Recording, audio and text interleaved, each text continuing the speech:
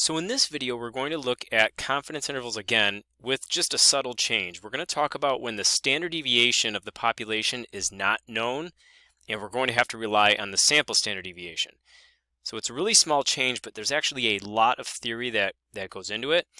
I'm going to try to condense that theory into just a couple of minutes in this video right now, but hopefully you can follow along. And then at the end of this video, I'll walk through an example and show you exactly how you're going to be responsible for approaching these confidence interval questions in the calculator when the population standard deviation is not known. So I've already sketched out a couple of images here, and I want you to take a look at the very first thing in the upper left where I've got an x-bar distribution and I've labeled it with a mean mu and a standard deviation of sigma over root of n. And so the standardizing process is huge, and it's critical in a lot of these problems, and it's happening behind the scenes many times because we're using our calculator. But when sigma is known, we know that we can always convert values from a distribution of sample means, for instance, like this x value can be converted into a z-score by just saying z is equal to x minus mu divided by the standard deviation. And since the standard deviation in the distribution of sample means is sigma divided by root of n, then our z-score for an x value from the sample mean distribution would be exactly this. And so we know that these z-scores follow this standard normal distribution, and therefore a lot of times we actually refer to the standard normal distribution as the z distribution. And when we're working with the standard normal distribution, we can say things like 95% of the data in a standard normal distribution is within 1.96 standard deviations of the mean. We know that. That was a fact from the empirical rule. This ultimately led us to our formula for a 95% confidence interval. And so I'm going to show you how things are going to change a little bit when we don't have that true population standard deviation. So again, imagine this second scenario where we've got our x-bar distribution, and we again can say that the mean of that is mu, and we've got our x value, and we're interested in standardizing it. And so in this case, let's say that we can't assume sigma, and we're going to have to rely on s instead, where s is the sample standard deviation. Okay, now the tricky thing with this is if we use s, and maybe you're thinking, okay, well, let's just replace sigma with s. That is actually what we're going to do, but if we use s, we need to recognize that s, being a sample standard deviation, varies. You are going to get a different sample standard deviation every time you take a sample. And so that means that this statistic right here is going to be much more variable than this statistic because sigma was fixed, but s is not fixed. And the result of the extra variability of this statistic is that our standard normal distribution actually changes, and you can see I've purposely drawn this to be a little bit wider. And since it changes, we actually have to call it a new name, and we call it a t distribution, and we actually call this statistic a t statistic. So I'm going to label this a t distribution. And what makes this especially tricky is that depending on the sample size, s can actually be more and more variable. And so when you have small sample sizes, your sample standard deviation is going to vary much more than when you have large sample sizes. And actually, when you have really large sample sizes, then your sample standard deviation actually gets closer to the true population standard deviation. And so this suggests that there isn't a single t distribution. We actually have a whole bunch of t distributions that are dependent upon the sample size. And the term that we're going to use to describe what t distribution we're working with is degrees of freedom. So you're going to see that as you're going through your homework, and it can be a pretty complicated term in statistics where you see it in different places, but right now I want you to know that the degrees of freedom in these problems is simply one less than the sample size.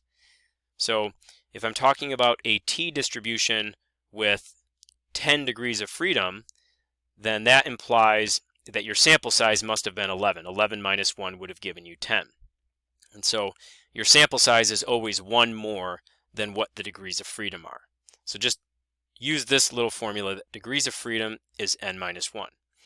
And like I was saying, as the degrees of freedom increase, or as the sample size increases, the t-distribution gets closer and closer to the normal distribution. So if we take a look at this applet real quickly, you can see, and by the way, you can check this out at rpsychologist.com/d3/t distribution. You can actually change the degrees of freedom, and it shows you how the t distribution changes. And remember, the fewer the degrees of freedom, that means the smaller the sample size, and the smaller the sample size, the more variable your t distribution is going to be. So the t distribution here is in blue, and the normal distribution is with the dashed lines. And so you can see that, you see how this is, you've got fatter tails in the extreme sections underneath the blue curve than you do the normal curve. And so this is indicating that extra variability. So let's see what happens when we start to modify the sample size and see what the impact is on that blue curve, on that t distribution. So I can take this slider and just move it over a little bit, and look that already, even with an extra degree of freedom, or in other words, one additional value in your sample, that t distribution is closer to a true normal. And then as we go to sample size of 4 or 3 degrees of freedom, or a sample size of 5 or 4 degrees of freedom, you start to see that the t distribution gets closer and closer to the normal. If you look over here, there's a reference point that they've chosen. They've got the probabilities less than a value of negative 1.64, and you can see that those probabilities are off quite a bit. And so when you're using a sample standard deviation instead of a population standard deviation, we would be inaccurate sometimes if we were going to be using just a regular normal distribution, because of these discrepancies between these probabilities. And so as I continue to increase my sample size and increase my degrees of freedom, look at those probabilities start to match up a little bit, and actually look at the graph and notice the blue curve starts to resemble a normal curve quite a bit. And so at a sample size of 32, we look really good, but there's still a difference there, and that can be a notable difference in some cases. And so it's typically not until you get your sample sizes up in the, maybe over 100 or something like that, where the exact values from your normal will look very much like your values related to the t distribution. Okay, so let's go back to our notes now and think about how this is going to play out when it comes to our confidence intervals.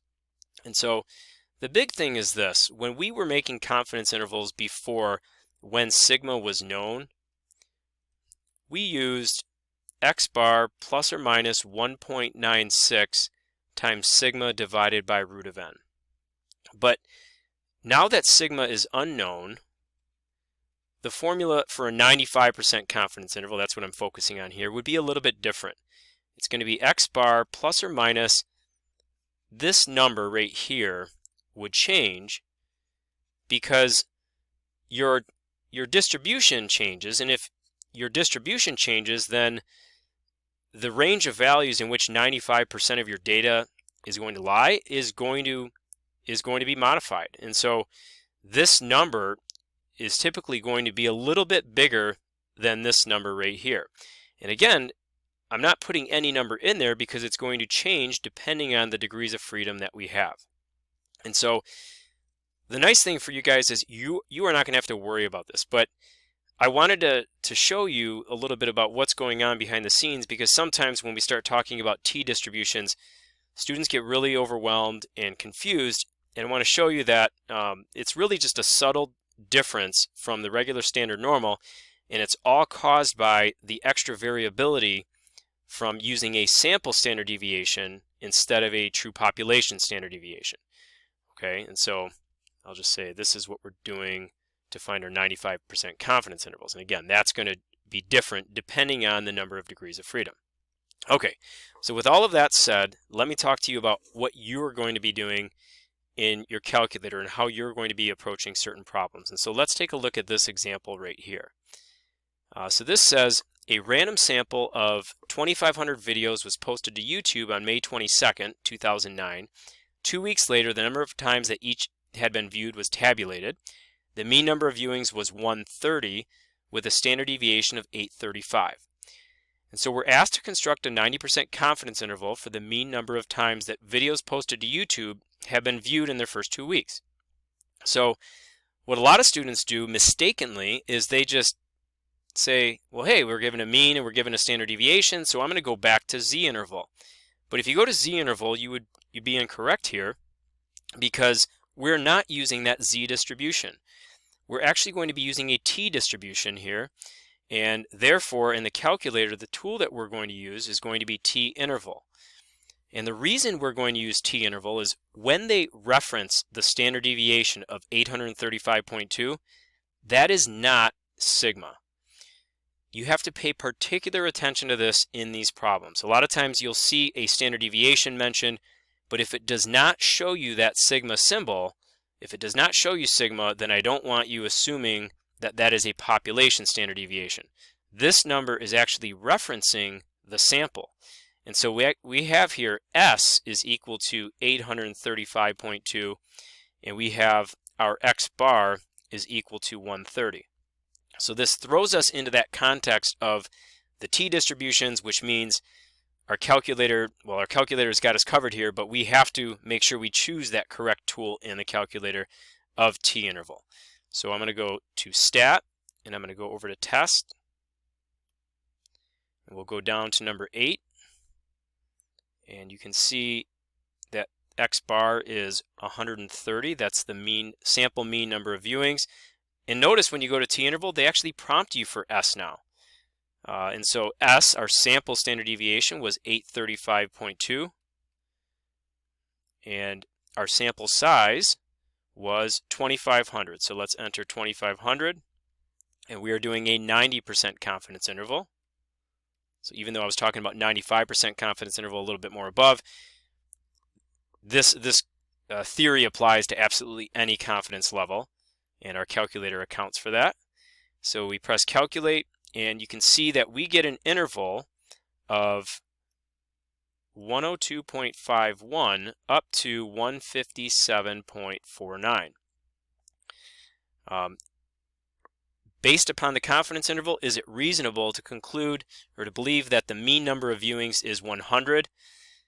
I don't think so, because we have 90% confidence that the mean number of viewings is somewhere between here. And so is it reasonable to say that the mean number of viewings is a little bit less than this interval? No, I would say it's reasonable to say that the mean number of viewings is somewhere inside that interval. So that's how you're going to approach this. Now, I want to show you what would happen if you used the wrong tool.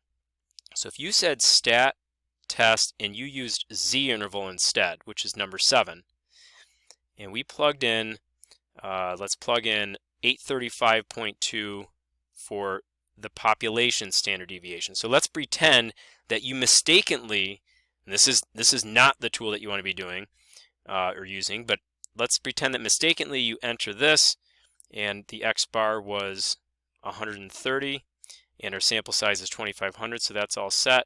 So we go hit calculate. Look at the difference. It's incredibly close. And the reason it's incredibly close is because if you think about it, your sample size was really big up here. And remember what I was just saying a little bit earlier, that t-distribution gets really close to the true normal distribution as your sample size increases. And so sometimes people would say, okay, well, why not just use this? And the answer is a lot of times it's because we're using we're using smaller sample sizes and things like that, but just to maintain the highest level of accuracy, we want to make sure we use the correct distribution. And despite the small difference you see between this and the numbers here, if you put those numbers into Connect, you're going to be marked wrong, and these numbers will lead you to the correct answer. So I hope this helps you understand the basics of t-intervals and t-distributions.